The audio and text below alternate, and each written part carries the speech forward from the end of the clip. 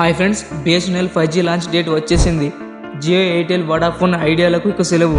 Jio, Airtel, Vodafone, idea తమ plans ధరలను పెంచుకుంటూ పోయాయి. దానివల్ల వాళ్లకు ప్రతిరోజు సమస్యలు పెరుగుతున్నాయి. ఇక ఇప్పుడు ఈ ప్రైవేట్ కంపెనీలకు కాలం చెల్లినట్టే అయింది. ఒకవైపు 5Gకి సంబంధించిన బిఎస్ఎన్ఎల్ మరో పెద్ద ప్రకటన చేసింది.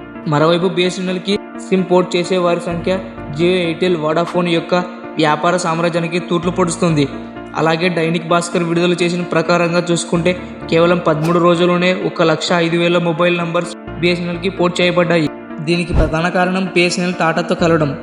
దీంతో బిఎస్ఎన్ఎల్కి ఎక్కువ బలం చేకూరినట్టయింది. మరికొన్ని నెలల్లో ప్రజలకు 5G నెట్వర్క్స్ను అందించడానికి బిఎస్ఎన్ఎల్ కృషి చేస్తుంది. ఇటీవల భారత టెలికాం మంత్రి అశ్విన్ విశ్వాల్వే స్వయంగా ఈ మాట వెల్లడించారు. రాబోయే 6 నెలల్లో అంటే ఈ సంవత్సరంలో బిఎస్ఎన్ఎల్ యొక్క 5G టవర్లు 200 కంటే ఎక్కువ నగరాల్లో ఏర్పాటు చేయబడుతున్నాయని వెల్లడించారు. 2025 నాటికల్లా 5G నెట్వర్క్స్ని అందించాలని ప్లాన్ చేస్తున్నారు. కానీ ప్రజల చూపు వేగంగా బిఎస్ఎన్ఎల్ వైపు మళ్ళింది. లక్షల మంది ప్రజలు తమ సిమ్స్ను బిఎస్ఎన్ఎల్కి పోర్ట్ చేస్తున్నారు. అందుకే ఇప్పుడు బిఎస్ఎన్ఎల్ పట్టు బిగించేలా కనిపిస్తుంది. దీని కారణంగా బిఎస్ఎన్ఎల్ మరియు టాటా కలిసి 2025 నాటికల్లా 5G సేవలను అందించాలని తమ సాయి శక్తులకు మించి ప్రయత్నిస్తున్నారు.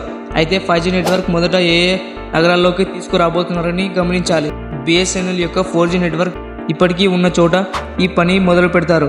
అయితే బిఎస్ఎన్ఎల్ యొక్క 4G నెట్వర్క్ అందుబాటులో లేని ప్రదేశాల్లో మొదట 4G నెట్వర్క్ని ఏర్పాటు చేస్తారు. ఆ తర్వాత 4G టవర్ బాగా పనిచేసిన వెంటనే అది 5G నెట్వర్క్గా అప్గ్రేడ్ చేయబడుతుంది.